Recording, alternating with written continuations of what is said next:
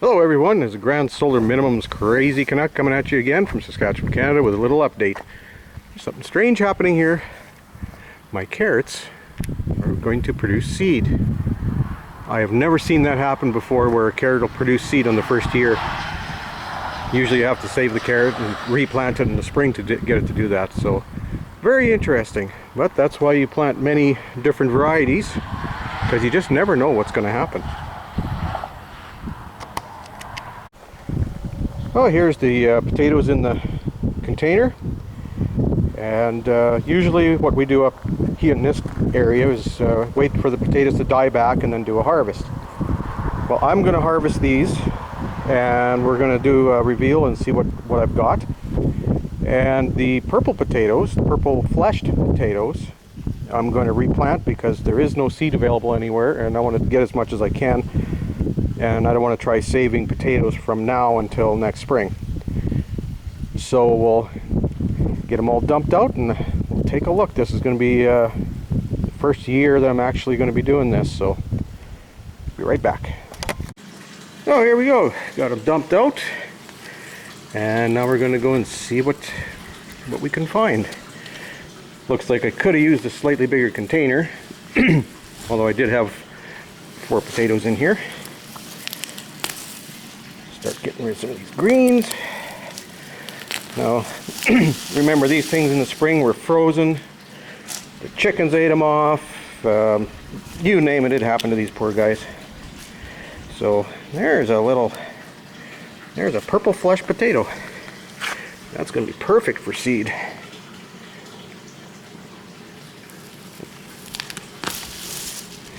Get rid of some more of this vegetation.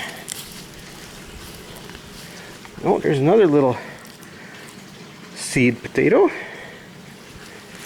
Kind of small, but that's what I'm looking for.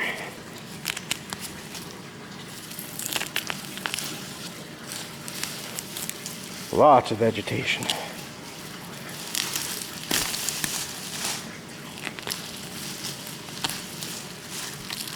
After the chickens went at it this last time, it really came back nice.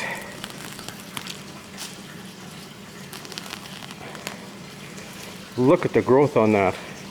Wow.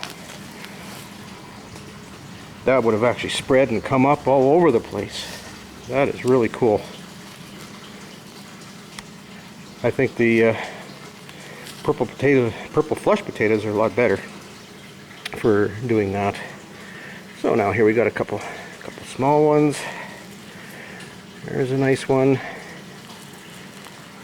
See, here's an example of where the potato had turned around and come up, and this actually gives me an idea.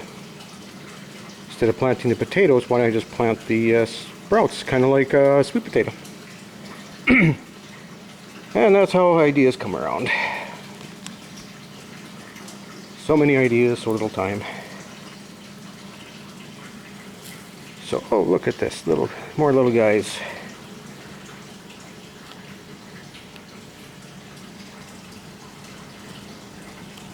Nice thing about having them in containers, if we get a frost, I can just bring them all inside. Man, these purple guys are just... Looks like the purples are a longer season or something, or else they just don't like the containers. But we'll see when we harvest the ones in the garden. But getting lots of small... Oh, there's another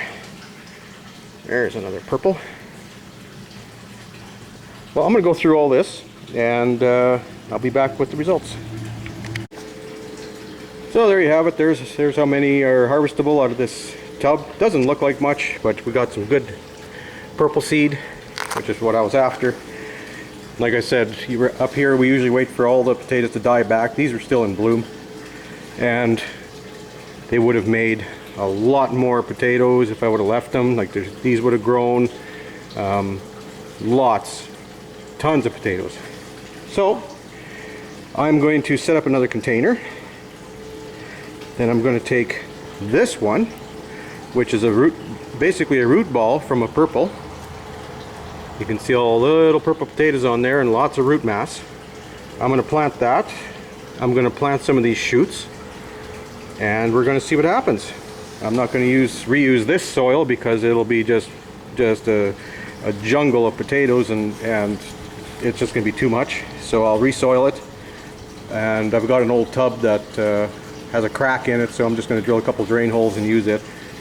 And then I'll do something else with the container these came out of. Or maybe I'll just plant this container full of potatoes too.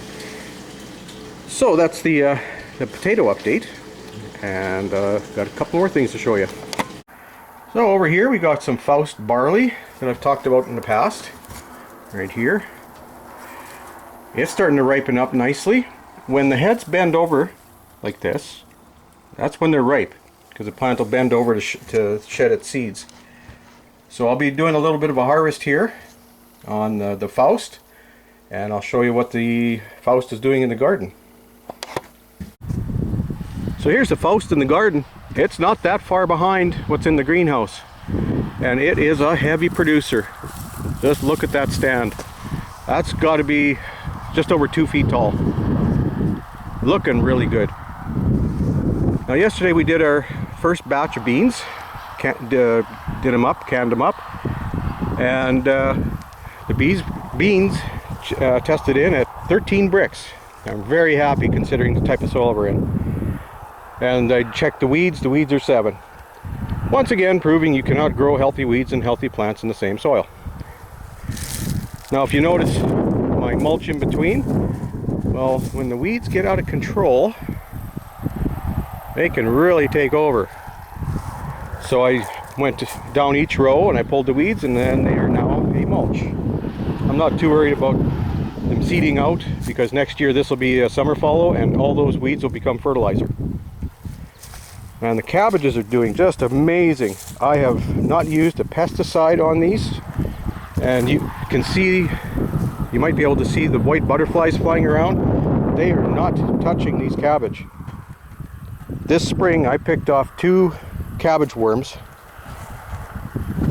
maybe 3. I gave everything a shot of sugar, and they haven't really, there's a little bit of insect damage, but there's no worms taking over anything. And a little bit of damage on the outer leaves means nothing, you don't need them anyway. So that's a garden update, and I'll be going up and down these rows to weed them and make the mulch. Now here's a potato that's done blooming, and it's got these little whatever they are on them. So these are getting really close to being able to be harvested.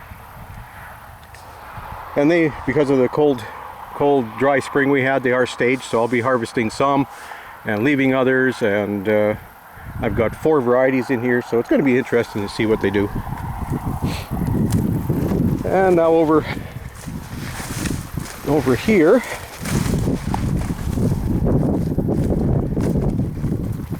got the Marabella wheat that's ripening. It's starting to hang over, get really heavy. The Gopal barley, that's starting to ripen up. The corn is starting to bloom here. So everything's coming along just nice. And while some of you are in areas where you're still seeding stuff for fall or winter or whatever, we've only got a few more weeks before it freezes, and everything's got to go here. Like the crops are all far behind, so hopefully we can avoid an August frost and get a better harvest. And here's a barley, Dengo Mugi. I believe that's from Japan. One of the things I do when I'm evaluating some of these varieties is yield, and as you can see, these are a heavy yielding barley, and these are old varieties, not the new ones. Doing really well. So that's the update for now. Hope everything's going well for everyone, and as usual, like if you like, subscribe if you haven't, spread the word. Let's grow some food.